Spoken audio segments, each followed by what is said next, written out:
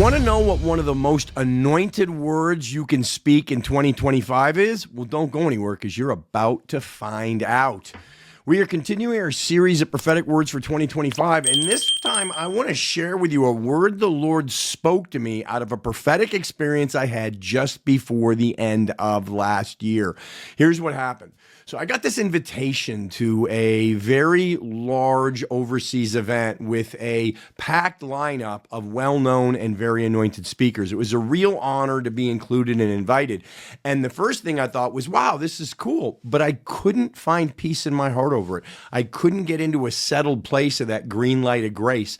And as I was praying into it, the Lord made it very clear to me that in 2025, it was very important to not only say yes to the things he has for us, but to say no to the things that are presented to us that aren't part of his plan for us in this year. This is actually the word he spoke to me.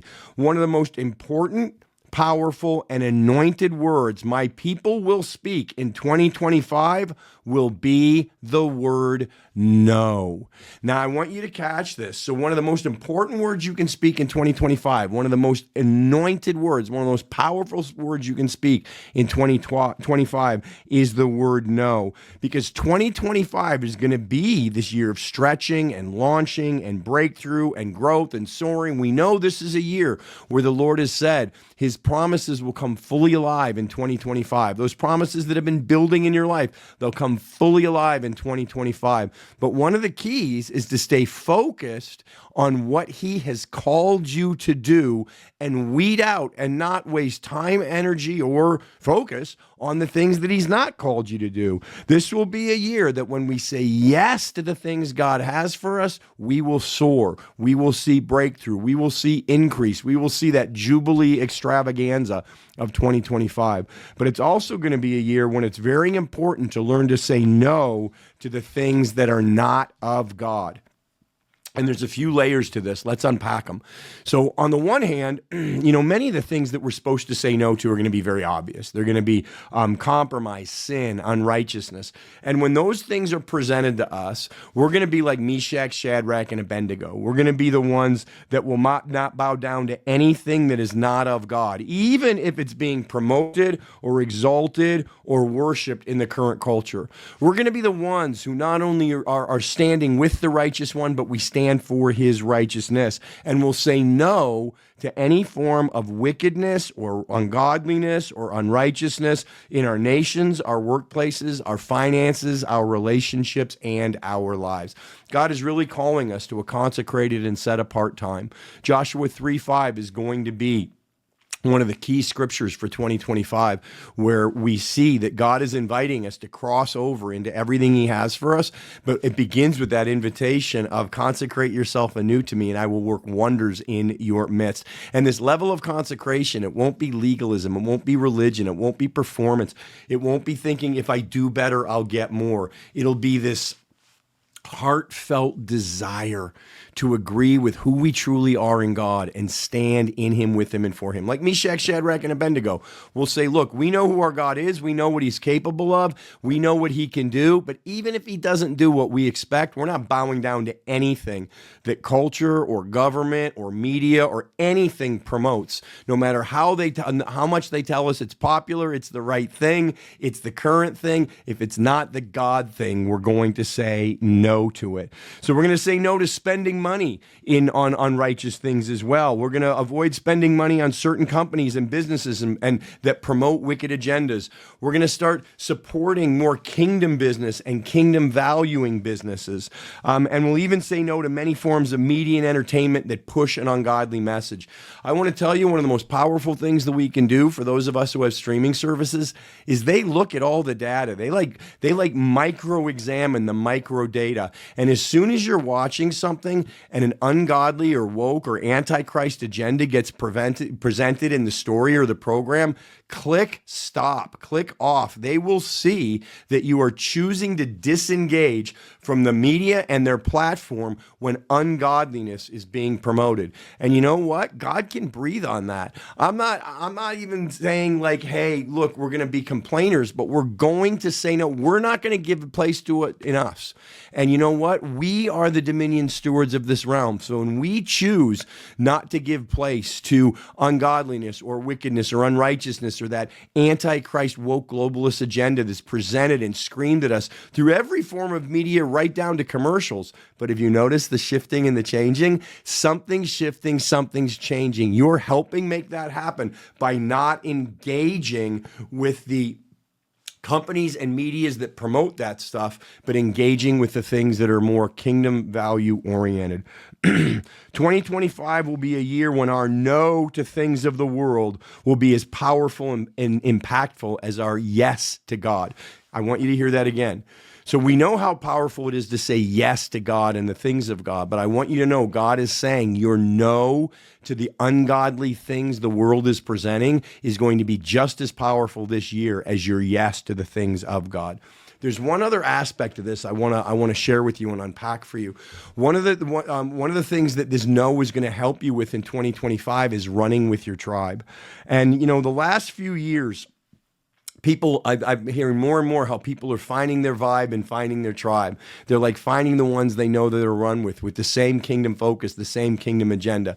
We've talked a lot about how God's okay with diversity. He doesn't like division. God had 12 different tribes. He had 12 very different disciples, and he was okay with that. And it's okay to have a kingdom mandate that's different than some of your brothers and sisters. They're not just your tribe for this season, but it's going to be important not only to know your tribe and run with your tribe, but in this year, it's going to be important to say no to the things that are presented to you that are not for you in this season. That doesn't mean they're wrong. That doesn't mean they're wicked. That just means it's not part of your assignment in 2025. And that's where this whole thing started when God spoke this word to me. Like, I knew most of, and I know and respect most of the people involved in this big event that I was being invited to be a part of. And like I said, it was an honor to be invited. It was an honor to be included, but something in me couldn't get settled. Something in me couldn't find peace. And it wasn't that there was anything wrong with the event or the organizers. It wasn't that there was anything non-kingdom about it. It was simply not part of my assignment for 2025. And God let me feel that I was to say no to it. It was actually important that I said no to it so I could focus on the things that he has for me. 2025 will be a year to run with those you know you're to run with. And a part of this will include saying no to certain things that may not be wrong or bad, but they're not for you at that time. And that's why God is stirring an anointed no in you for those things that are presented to you. In these situations, and this is really important, in these situations, when we hear from the Lord that it's a no for us, it's important that we remember that it's going to be a yes for others and that we can cheer them on in what they are feeling called to. Just because God's saying this isn't for us, we're not talking about sin and wickedness and unrighteousness being presented as popular or being cheered on culture where we know we're to say no to it and it's not of God. This is an assignment that's a no for us, and it will be a yes for other kingdom-minded people who are to run with that tribe and carry that vibe for God. So this godly no of 2025 is not a no of division. It's not a no of we're right and you're wrong. The godly no of 2025 is actually a no of unity, because you know, K-N-O-W, who you're supposed to run with, so you'll say no, N-O, to the things you're not supposed to do. But you're not dividing against the ones who are supposed to take on that assignment, are supposed to run in that. Like, I'm cheering on the event that I was invited to. I'm cheering on the organizers. I'm cheering on the people who are going to do it. It's going to be glorious. It's not a wrong thing. It just was a thing that was wrong for me in this season, and God made that clear. So I spoke an anointed no. No, thank you for the invitation, but no, I won't be participating in that. God has me focusing on other things. But it's not a no of division. It's a no of unity. I'm going to run with those I'm supposed to run with, and I'm going to cheer you on as you run with the ones who felt to say yes to this assignment, and I'm going to cheer you all on in that assignment. So the godly no of 2025 is actually a no of unity, a no that will keep us aligned with the people, plans, and purposes that God has for us. And while it may be a no for us, we recognize that it will be a yes for someone else. We may not be called to run with them, but we can still cheer them on in what they are doing. We will be for them, not against them, in their kingdom assignments as we run with those we have been assigned to run with for the kingdom in this season. So there you go. Let me read the word to you one more time as God spoke it to me.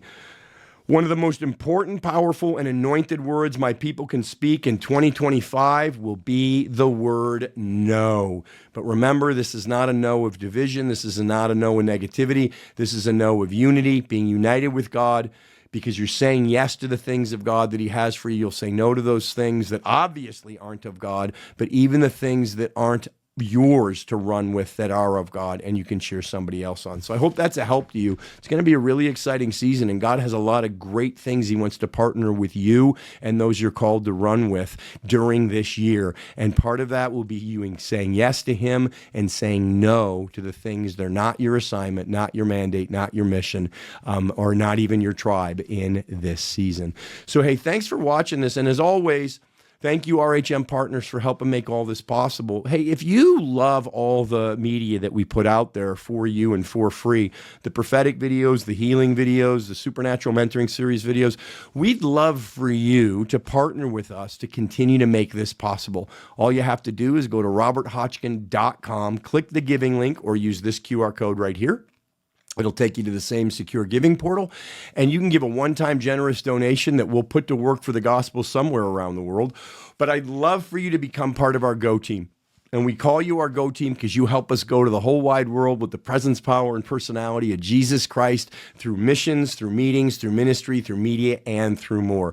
RHM's in a building season, and we'd love for you to help us build for the things that the kingdom is calling us to, including new media platforms, new media content, and so much more. There are nations that are calling. You can help us get there. We'd love for you to be part of the RHM family. We'd love for you to be part of our Go Team. Just go to roberthotchkin.com, click the giving link, or as I said, use this QR code right here, and you can join the Go Team and become part of God's solution. God bless you, and I'll see you back here again soon for another word for 2025. Ready for more? Go to roberthotchkin.com for more teachings, more resources, and more information about Robert Hotchkin Ministries and Men on the Front Lines.